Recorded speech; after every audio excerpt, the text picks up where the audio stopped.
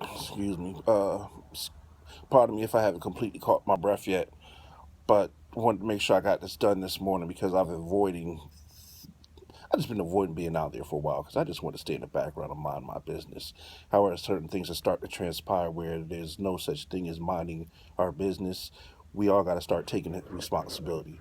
So this morning I want to talk to you about three things. The very first thing is roles and responsibilities. The second thing is accountability. And finally, let's talk about transparency.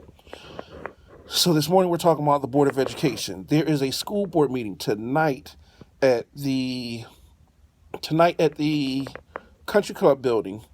I'm not sure if it's 6 or 7. So what you can do is you can text Borough Pride to 77948, and when I go look it up, I'll make sure I put it out there.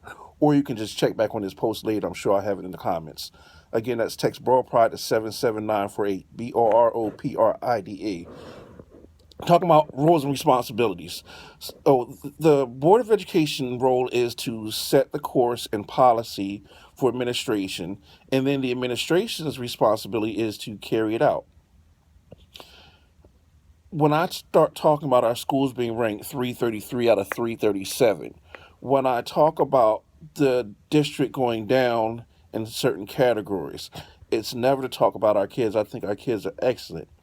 However, I think we're failing in leadership somewhere, and not sure is it that we're just throwing everything on the wall and hoping something sticks, because I don't think it's that we're scared of change. I think we just keep on changing. Every year there's some type of change that goes on, and we're not seeing any increases. We're not seeing any benefits. So don't sit there and chastise us and say, oh, you're just scared of change. You're crying you want change. No, what I want is accountability for the $3 million that your change cost us. What I want is accountability for the inflation in graduation rates that cost us. What I want is accountability for lying to us and deceiving us and making things seem a lot better than what they are when we're stating going down. And that's not to be personal or to be vengeful or to be in any way negative. That's what we call accountability.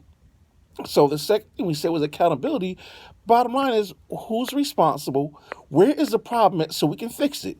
Is the problem that our superintendent and administration are failing to get things carried out? Or is the problem that our Board of Education is failing to give them a direction to go? Somebody's failing, and it starts at the top. So we got to look at those two tops. Now, I'll tell you where, on a bigger level, it's failing. It's failing with the community, because at the end of the day, the Board of Education is elected by us. So they're elected officials as also public servants, which means they serve the community. So if they're failing and the superintendent is failing and the schools are failing, well, if everybody works for us, we got to go to the top first and say it's our fault. Ours is a community for not showing up to board meetings, for not being actively engaged, for just sitting back and allowing people to make decisions where we don't know what's going on. And I'm sure that we have enough resources right here within this community. We can help put together a committee or resources to help them make some valuable decisions. But we're not. We're failing to do that. And it's this cold click of who's who. And it's more of a ruling class versus a serving class. And I say that because it comes up to this Princeton plan. And we're talking about transparency. And I remember one of the board members said that we shouldn't be discussing it anyway because the board hasn't gotten it. Rewind. Number one, serving class versus ruling class. You serve the people. Now, I'm not saying everything can just be put out there, but just a general topic of we're exploring the Princeton plan, there is nothing that has to be secretive about that. There is nothing where that lacks any integrity. It's not saying we're going to do it. This is one of the options we're looking at. So rightfully so, when you start thinking of stuff like this, you need to inform your residents and your constituents of what you're doing so that we can start weighing in and you can kind of gauge what we want before you do something that backfires on you, which is what this Princeton plan is starting to do. Transparency. The Princeton plan, it was put into the proposed budget before anybody even talked about it. So you want people to come to the meetings and they don't make the meeting, but they get a copy of the budget. Then they ask a question and you don't want them to talk about it. It's never been discussed at the meeting, so that would make no sense to come to the meeting. Now, this year of January, the very first meeting, it was canceled because the Board of Education failed to properly advertise. The second meeting in January was rescheduled because of power outage. The meeting in February was moved And who knows what happened, but bottom line, we're supposed to be back online for next month. So even tonight's meeting is a special meeting because school board meetings are the second and fourth Monday of every month. It's been that way for years, with the exception of, I think, June, or if there's something that happen, with the exception of June, or if like we have a snowstorm or something where we can't make it that day. But that's been the scheduled meetings. And the fact that this year the Board of Education has failed to have meetings on scheduled dates, yet always wants to chastise the residents, saying you didn't come to the meeting when we've been prepared to come to the meetings, but you keep on playing musical meeting dates.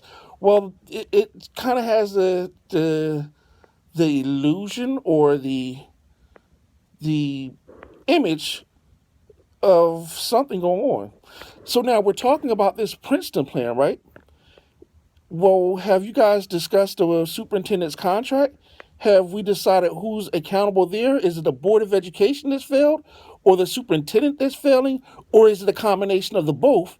So we're talking about another change with the Princeton plan when we haven't even talked about a contract.